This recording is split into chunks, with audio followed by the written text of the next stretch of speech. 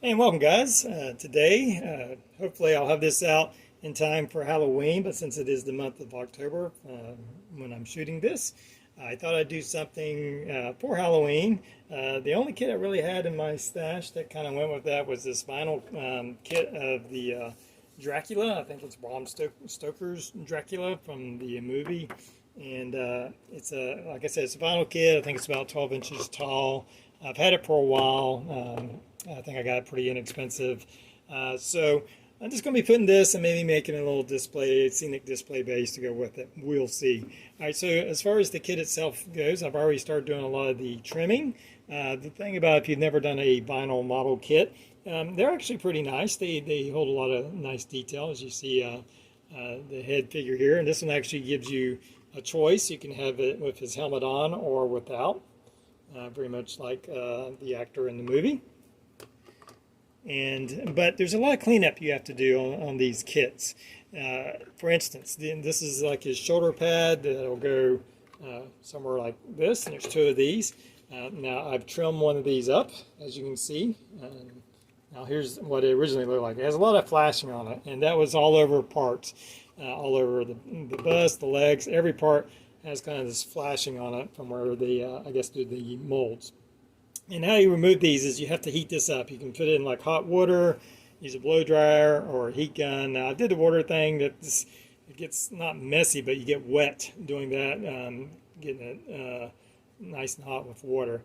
I just have a blow dryer. I don't have a heat gun. I don't know how fast a heat gun would go, but a blow dryer, typically I'll hold it on a spot for about 20 to 30 seconds, and then with a brand new X-Acto knife, you can carefully cut those edges out. Just be very careful. I did slice my finger a little bit where the blade slipped off, so you always want to make sure you cut away from you. But that's one of the big chores about a vinyl model kit is the cleanup here. Now another issue is going to be fit. Like I said, this is probably a knockoff of some kit. It just came in a regular box. It wasn't like a custom box or anything. But the fit's not great. As you can see right on the front, it won't be too bad because it kind of follows this natural seam line of his armor. In the back we have this huge gap. Now you can heat it up and kind of shape it and stuff. You can use putty, but on the back it's going to cover up all these, so we'll just have to figure that out. I think that's going to be the worst area is this back part. Everything else is kind of at some natural seam lines, like his shoulders, knees, his legs. You can see everything else has kind of a natural joint line that you're not going to have to worry about. Maybe a little bit of putty so you won't have as big a gap, but you can fill it in there. Plastic cement won't work. You have to use like CA glue or epoxy. It did come with looks like a resin sword and sheath in it, so we'll have to put that together. And this is the example they gave of what he can look like. So I'm going to try to do the head. We'll see how he turns out. I'm going to paint the face and see if I can make that look pretty good. But if not, we can just put the head on from this one. So that's what I'm going to do today. Short project, and we'll see how it turns out. I just got to finish cleaning a few more parts here, and then we'll start assembly. All right, I have them all put together here. Probably have to do a little bit more work and gap filling. I kind of heated this up and squeezed it the best I could to get this seam to kind of mesh together. I'm still kind of trimming it up. I'm going to take a Dremel and see if I can kind of rescore some of these lines in it a little bit. As you can see, I decided to go ahead and go with the helmetless version of it and to show his head, obviously. And so I'm kind of committed to painting that head now, so that should be a bit of a challenge. Left the shoulder pads off to be able to kind of get some paint in there. Once we get these on, it's going to be kind of tricky to get underneath that. So we'll just super glue those on when it comes time. I have his sword blade is made out of a resin, and I had to do a little bit of sanding to kind of, the edge had kind of a seam line in it, so I got to sand that away. I had sanded a little bit to fit inside the handle of the sword. I think I have that pretty much on, so I just got to put a little bit of glue in there. I'm going to leave that off till later because we're going to obviously paint that up in the metal. We have his sheath here that kind of glues to this part right here, something like that. And instead to go with his hand up, I may put something in his hand, a skull maybe, I don't know, something along those lines, something kind of scary. So, but for now I'm going to work on this, and then I'm going to do a primer coat, and I'll probably do a black primer coat since his armor seems to be like kind of a dark red, and maybe try some dry brushing, see how that works, to kind of do the red armor and have the black in the seams. So still trying to work on that as far, or figure that out what I'm going to do with that. But I'm going to try to get this back looking better and get onto a base coat. Alright, I've applied a black primer coat over that with this spray can, and I've gone over, and I believe it's called a zenithal highlight, could be mistaken. If I'm wrong, correct me in the comments. But that's where you take a lighter color and kind of spray it from above, so it only rests in the kind of the upper parts of it and kind of creates natural shadows. And I just did a great primer for that. I'm going to let this dry for a little bit, and then I'm going to start working on painting his armor. I think I'm going to try to airbrush that.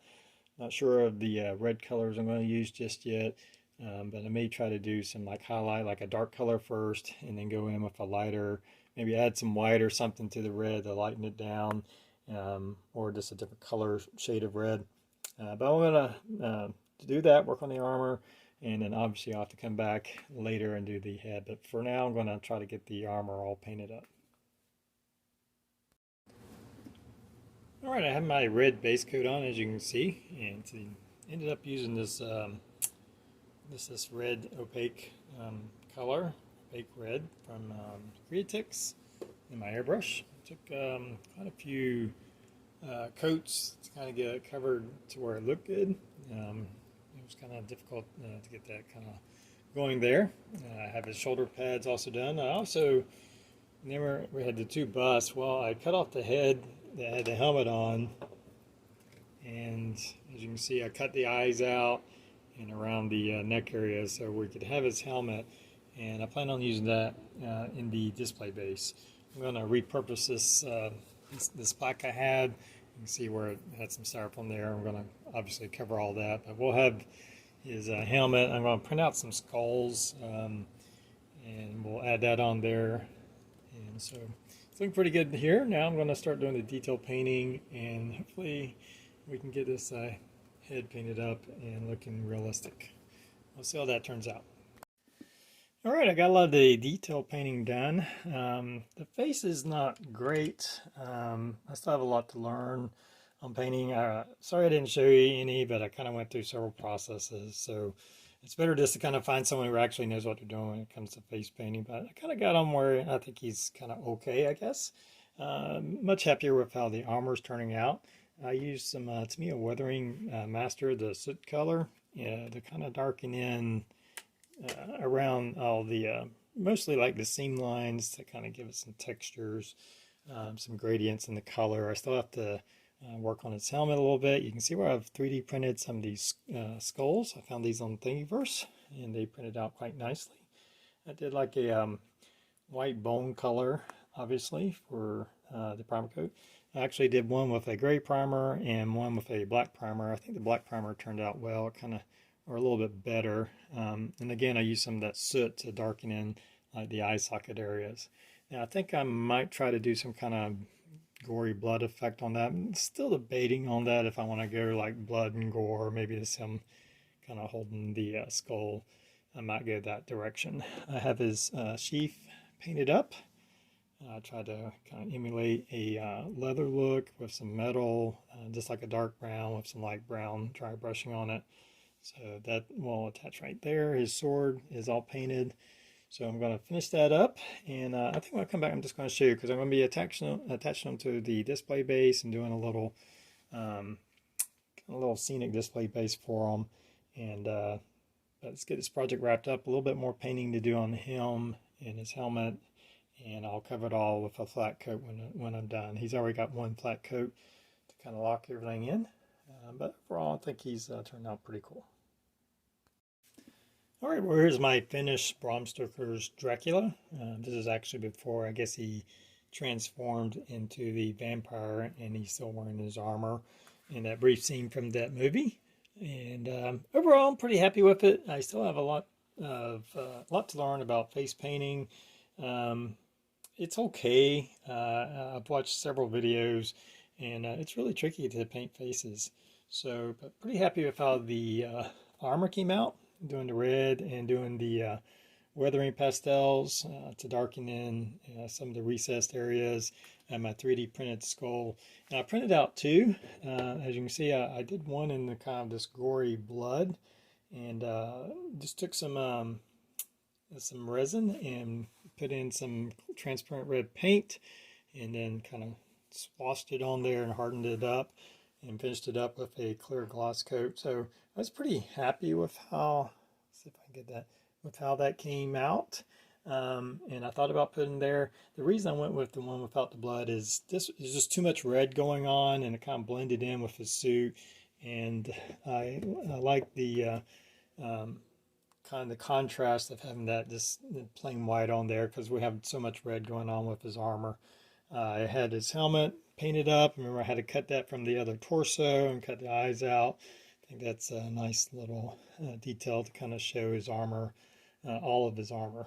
The display base, as you see right here, made like a little rock base, and all that is some bark from a tree I found outside. Some dried old piece of bark that fell off. You want to try to find some dried up pieces. I hot glued those on there, and then I made a mixture for to seal it in. I made a mixture of just some white glue, sand, a little gray paint, and mortared it down to kind of spread all throughout and unify the surface. I threw in some rocks in there. One thing with my Dracula here, his feet were a little weird when I guess the way I attached the torso, if you leveled his feet, he actually leaned too far back. So I had to kind of, to get him to look proper standing up. He still has a slight lean, but it's not that bad. But that caused his back foot to come up. So to kind of hide that, I just threw some rocks in there underneath his feet and sealed that. I did take a metal rod and attach it with some two-part epoxy to his front leg. That rod goes into the base, so that's what keeps him secure to the base, and he's kind of glued on now. I did pump some hot glue underneath his feet, also to fill in a little bit of the gap area. So I'm just kind of concealing how his feet were not exactly level. So I think it makes for a pretty cool little Halloween project. I hope you've enjoyed it. Until next time, everybody have a good one.